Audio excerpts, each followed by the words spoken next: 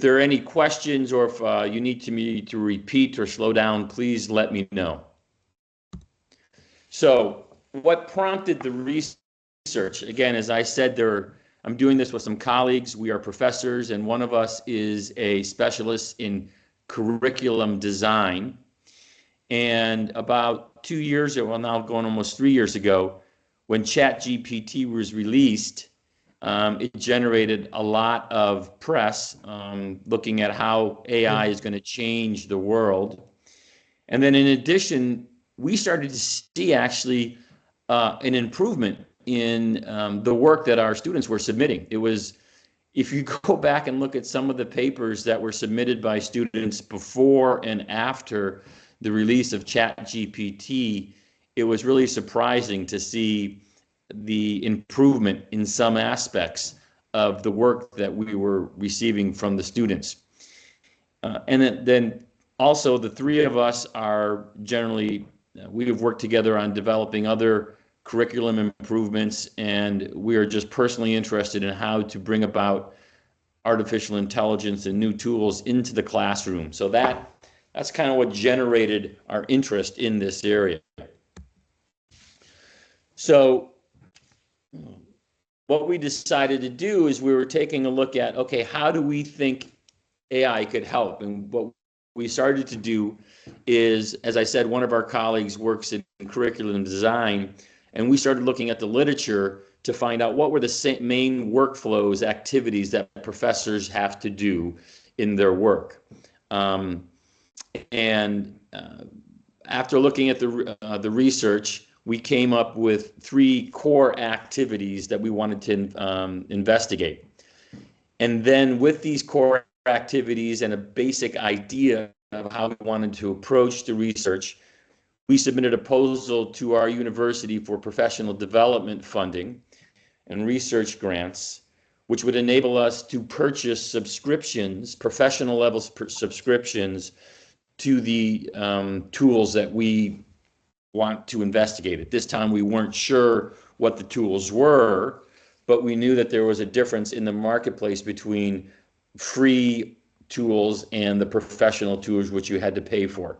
So we wanted to get funding. And we were lucky enough that just based on a general research design, without really having everything developed yet, we were able to get funding to purchase subscriptions on the AI tools that we eventually decided upon. So that was kind of the reason behind the research and the idea of why we wanted to go into the workflow. So what we did when we were doing the research, we tried to get an idea of what are the main areas that professors do for their work. And we came up with 3 broad areas. Now you'll notice research is not included. We decided to leave research out because of some issues at our university and the constraints around use of artificial intelligence. But besides research, if you looked at the literature, they talk about main activities of the professor looking at curriculum design and planning, assignment and assessment design, and then student engagement and interaction. So this classification of these 3 broad categories kind of shows the workflow that professors do with course structure, creating materials, and fostering, active learning. This also includes the assessment, the grading, which is, I don't know about you, but what we tend to say is, I will teach for free, but you have to pay me to grade. So that was the idea of how we wanted to take a look at the activities that professors do. So we now know the activities that the professors want to do, and now we had to decide, how are we going to decide which tools to look at? And we went back to research what type of criteria should you use for researching AI, and we had different queries in terms of AI in the classroom, AI in general, AI for humanities, AI for sciences. And some of the articles and the research we got back was basically looking at market penetration of the different AI tools. Take a look at the different architecture that the different AI tools rely upon and use. How are different AI tools trained? So the training methodology that the artificial intelligence tools undergo, the type of query processing that the tools use to query, to analyze and process the queries, and then also consider open source. So based on the research in those areas, we resulted in the following kind of broad categories of tools to look at. And the other aspects that we found were to be important is, if we're going to try and have this adopted into the workflow of professors, we needed to assess the effectiveness. So does the tool meet academic needs, such as researching, drafting papers, or grading? How efficient is it? How well does it reduce the workload for repetitive or complex tasks? And then also for professors in general, especially, it's amazing the number of professors who are resistant to technology or just changing the way they do things. We wanted to make sure that the tools were user-friendly and an intuitive interface. So based on this research, the results came back, and there were 6 main tools that we felt met the criteria and also we could afford to purchase. So it was ChatGPT, Claude, Gemini, and I'll let you take a look at some of the reasons and how we kind of decided that these 3 tools were important to include in the methodology. I think with ChatGPT and Gemini, there was also important in regards to their market penetration. Claude was important for some of the ethical boundaries that it places on its queries and feedback.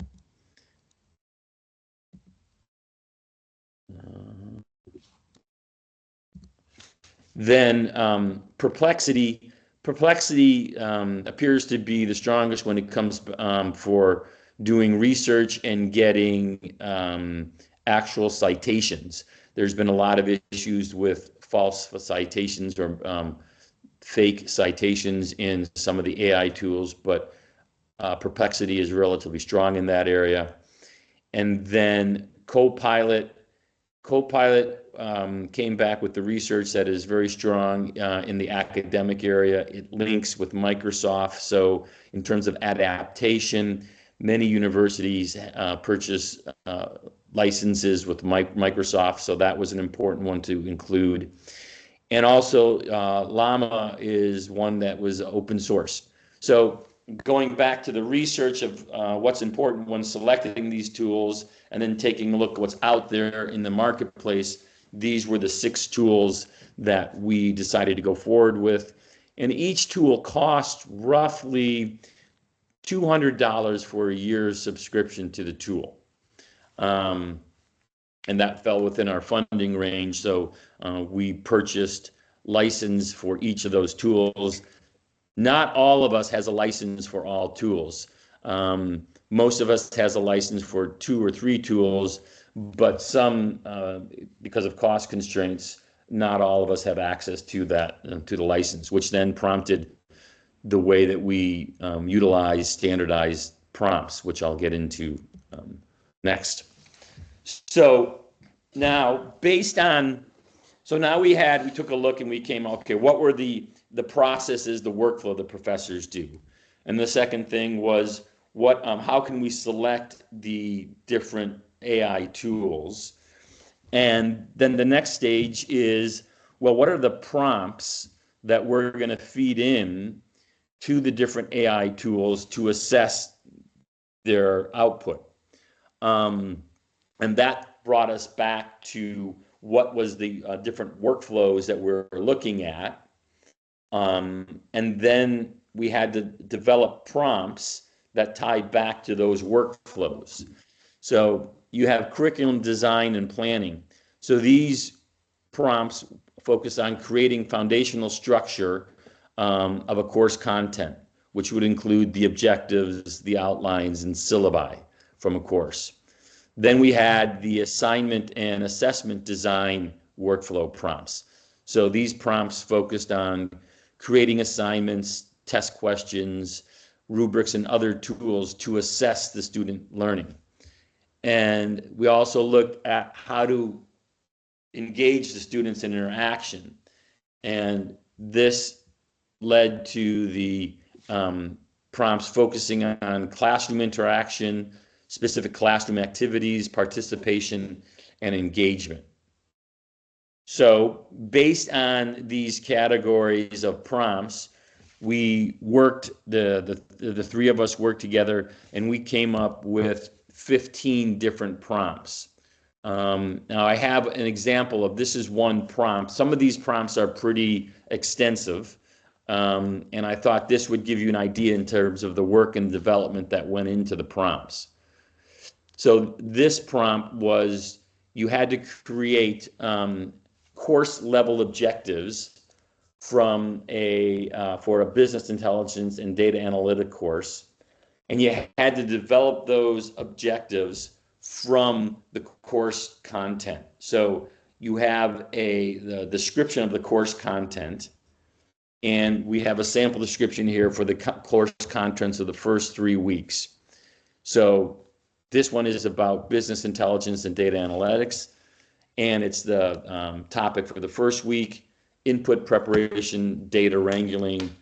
There's a discussion board that the students had to do. They had to survey the literature, and I'll let you take a look at it for a bit. And this is page 1 of a 3-page prompt that you could take a look at.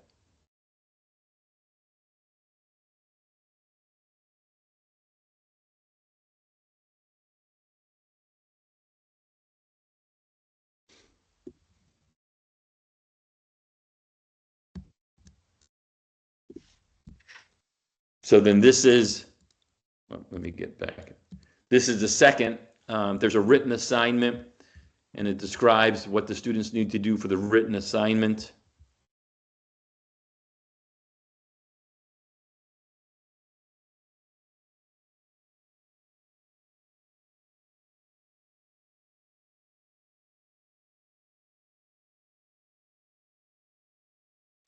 This is, again, still with this thing on the discussion board for week 2.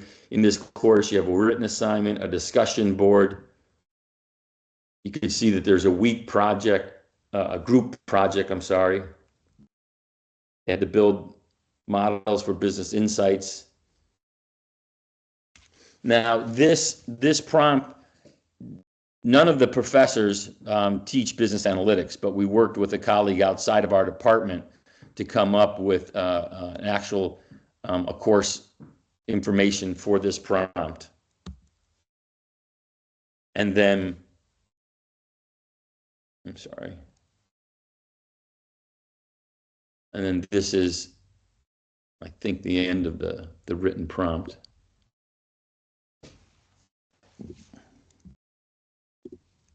Oh, here it is. So as you can see, so this was one of the longer prompts. We also have developed shorter prompts.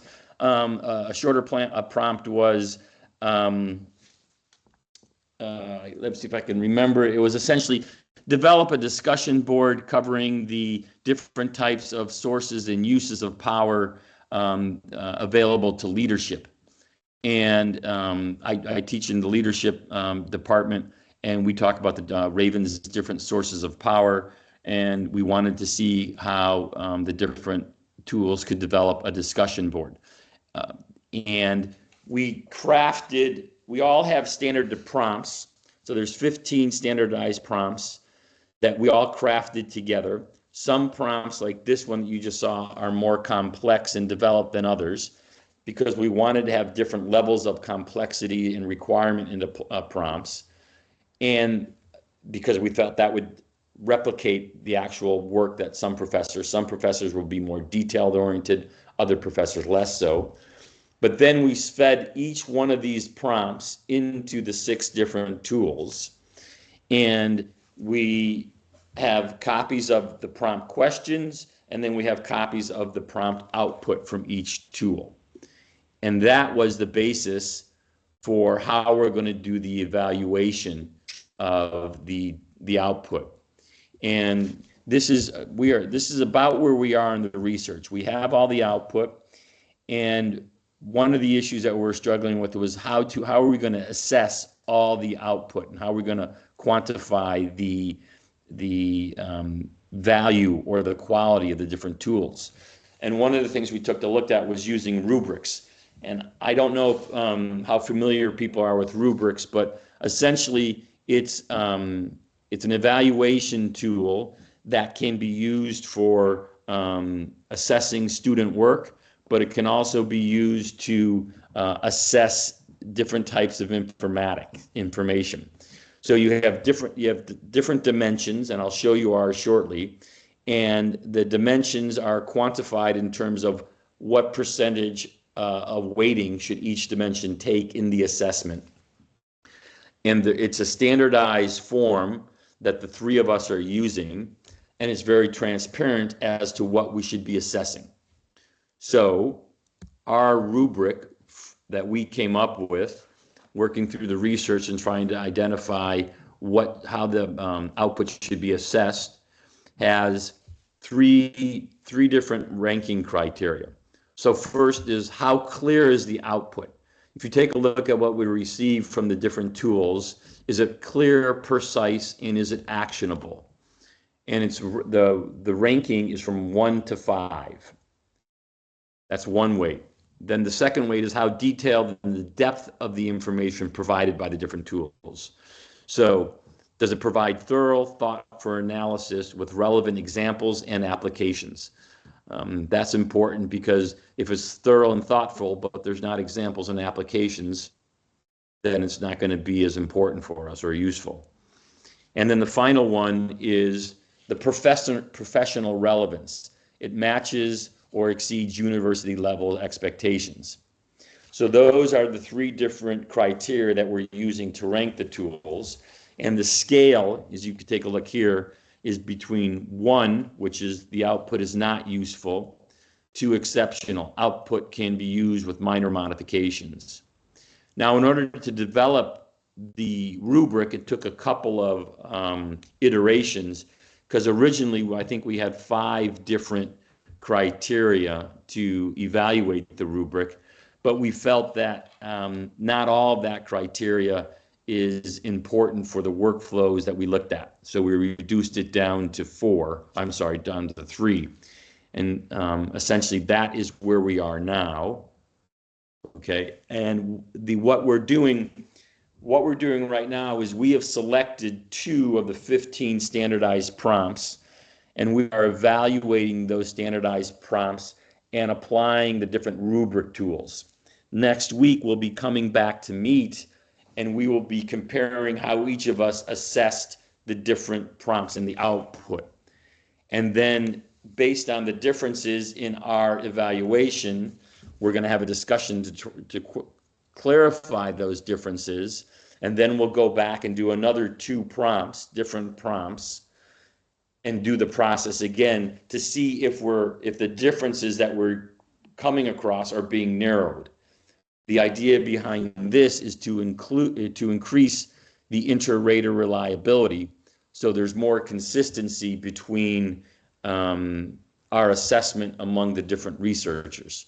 It's a way to reduce some of the variability in the evaluation of the tools. So that is where we are right now in the research. In terms of taking a look, well, let me stop before I go into future research and ask if there's any questions that you may have about what I've talked about so far. Oh, okay, Scott. Maybe afterwards. Yeah, Scott. Let's finish the presentation and then we go into the questions. Okay. Then, so one of the things that we're talking about, future research. So obviously, because of the newness of AI, there needs to be longer, we need to see how it is adapted by the faculty and what is the output of that. How has it changed their workflows? Does it change curriculum design? Are there new tools for assessing the way the students work? One of the other issues that is that we don't look into too much is the ethical implications of using artificial intelligence in grading and student feedback. Just from my own personal experience, I'm using AI in my grading, and what I do now is I will grade and provide feedback to students, and then I'll say to the student, here is my feedback from your assignment, and then here is feedback from an AI tool that I have used. Please take a look and compare the two. If you have any questions, let me know.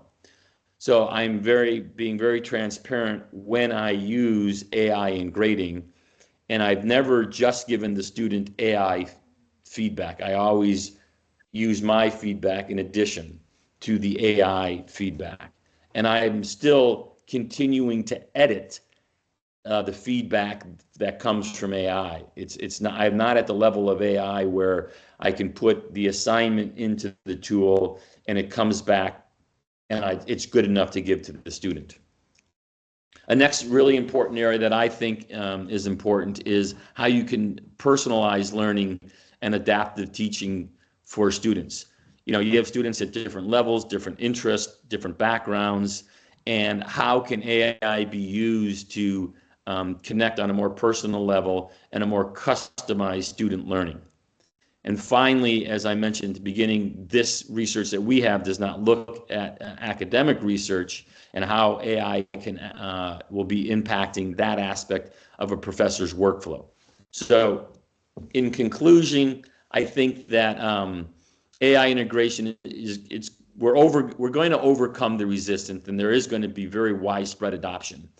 Even if the professors don't want to adopt it, the students are doing it. I think well-designed AI prompts can definitely enhance the academic workflow and productivity. I know just from my own personal experience in using it, it has made the way that I craft assignments and the descriptions of those assignments are much clearer. And then I think the real the real challenge will come when you try to develop the AI policies that can be agreed upon at the university level and change the beliefs and workflows that professors have. We have extensive pushback in our university to AI already, and with professors that have not even looked at it but just heard about it. So, thank you. Thank you, Scott. Really, really interesting. We can wait to know the results of your research when it's done. It's interesting that you are mentioning stuff that has been already brought up from previous presentations. I think this is a sign that we're working in the right direction. And I'd like to make a couple of questions. The first is, you described the problems that you're going to use in your research. And the question is there any of those problems coming from actual experience? It's any of the professors involved in the research has used prompts that they had already used in real life. Okay, for the 15 prompts that we developed, I'm just taking a look at them right now. The syllabus, course outline, objectives, writing a case study, writing a written assignment, helping students learn new skills. Well, the actual prompt, in one way, yes. So we have, so one of the prompts is develop develop learning objectives from assignments. So for our classes, each course has to have overall course learning objectives. What are the objectives of this course? Then each individual class has to have a learning assignment, or a learning objectives for that class that ties back to the overall course. And one of the prompts that we use is taking learning objectives from an actual course assignment to see that does the assignment tie in to that overall course learning objectives. And we're using an active assignment for that. Oh, yeah. Okay. You also mentioned the resistance from professors in using AI. How deep is that problem? I mean, to what point they're resistant? Well, one of the challenges that some of the professors, they really don't know, they haven't ever used or looked at AI. And for example, there's a class being taught over here in Rome, and it's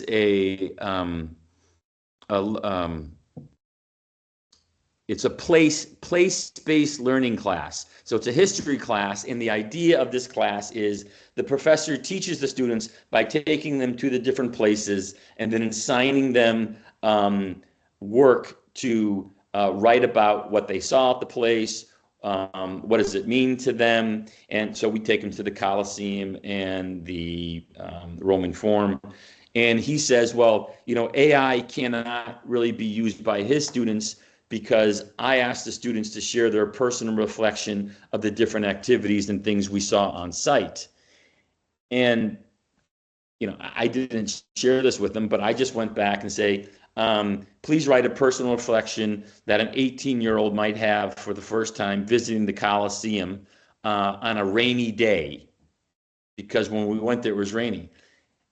And AI writes a really nice description of, it was kind of rainy, went to visit the Colosseum. I noticed, and then, it used a little bit kind of technical language, so I asked it to modify it. This professor could receive this from the student, and it sounds like it's written by an 18-year-old, and he would have no idea that it's all AI generated. The student would not even have to go to the site to write it, and he could talk about the weather during the day. It's just the level of ignorance and discredit. Another example. We're going to a Roma football match on Monday night, and I asked AI. I said, take the perspective of somebody who works for the Rome transportation authorities and develop an agenda for me to use to get my students of 20 students from here to the football match. I have a professor who says, well, you can't trust AI because it hallucinates.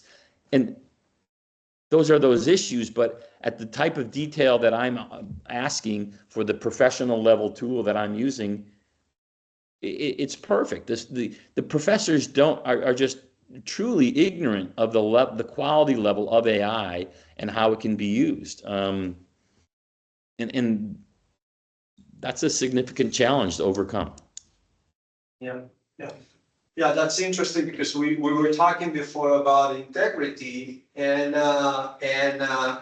obviously that requires professors to understand what is possible to do. Otherwise, they will be tricked by using the tool. One of the things. Yeah, go ahead. One of the things what I have changed in my course is now I say my assumption, actually not my assumption, my requirement. I require the students to use AI in my course. And so what that means is when they turn in an assignment to me, they have to tell me what AI tool they used, what were the prompts that they used for the AI tool, and how did they feel that the prompts helped them or hurt them in the assignment.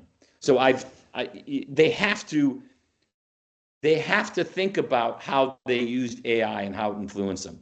If you don't, I mean, students are using it. They are definitely using it. And I take that decision out of their hands. Yeah, that's realistic. That's really realistic. Is there any other question? Yeah, maybe. Thank you, Scott.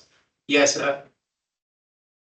we saw that you actually don't avoid written assignments. So it's quite obvious that students are using AI because in the curriculum design, the prompt says like design a written assignment, right? So it's really interesting. I found a lot of things really interesting about your exposition, like the investment that the university has put into buying these licenses, all of them were, so it's really interesting. My my question is it's quite related to what Dr. Salas said before, that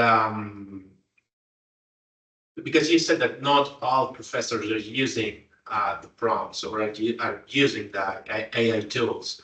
So is there any planning in forming professors into using the AI tools, and what is the structure of the prompt? And yes, and that's it. Like, because I understand that the structure of the prompt has been decided from someone. You know, that you have to do this week 1, week 2, what we already said in this 3 slides prompt. So how did you decide this structure? And I understand that you have to communicate to every professor that uses the structure to get similar outputs for every for every matter. So yes, this is my question. That's a great question. And so one of the things that the three of us did before we started our research, we all took online courses, different online courses on prompt engineering. So all of us, they're just Coursera and different courses, and we got little certificates certified that we're prompt engineers to learn about the different ways to do prompting. And what we did, the way that we approached it is we took some of the material from the courses we took about tree of thought prompting and different types of prompt things. And then we worked on the prompts together. But then one of the things that we do is we work with AI. So we will go to AI and we develop the prompt. Take the perspective that you're a specialist in prompt engineering and prompt development. Please review this prompt that we have developed with these objectives and provide feedback on that, and explain why you made changes to this prompt. We do that. It's fascinating because when I work, I have subscriptions to Claude, Perplexity, ChatGPT, and Gemini. And I have all 4 of those open on my screen. And I will cut and paste that prompt into all 4. And then they'll come up with their different types of feedback for my prompt. And sometimes I'll feed so ChatGPT feedback is going to be a little bit different than the Claude feedback. And I might use the feedback from Claude in Claude, or I might use it in ChatGPT. And actually, it helps you develop critical thinking skills when you analyze and look at the prompts and the feedback that you get, because it's asking you to think through the questions. And so in terms of how you're going to be training the students, when I teach the students, I want to see they have to provide the prompts to me. And part of my feedback to them is what they think about their prompt, how can it be changed. In terms of other professors, it's interesting, we are meeting with the faculty. So I'm in the College of Business, and we have a College of Science and Technology. So that's computer engineers, chemistry, And we're looking at doing a joint presentation on AI because their prompting is very different than our prompting. So it's one of the areas that teaching students the different skills to develop prompts, I think, it helps with also developing their critical thinking.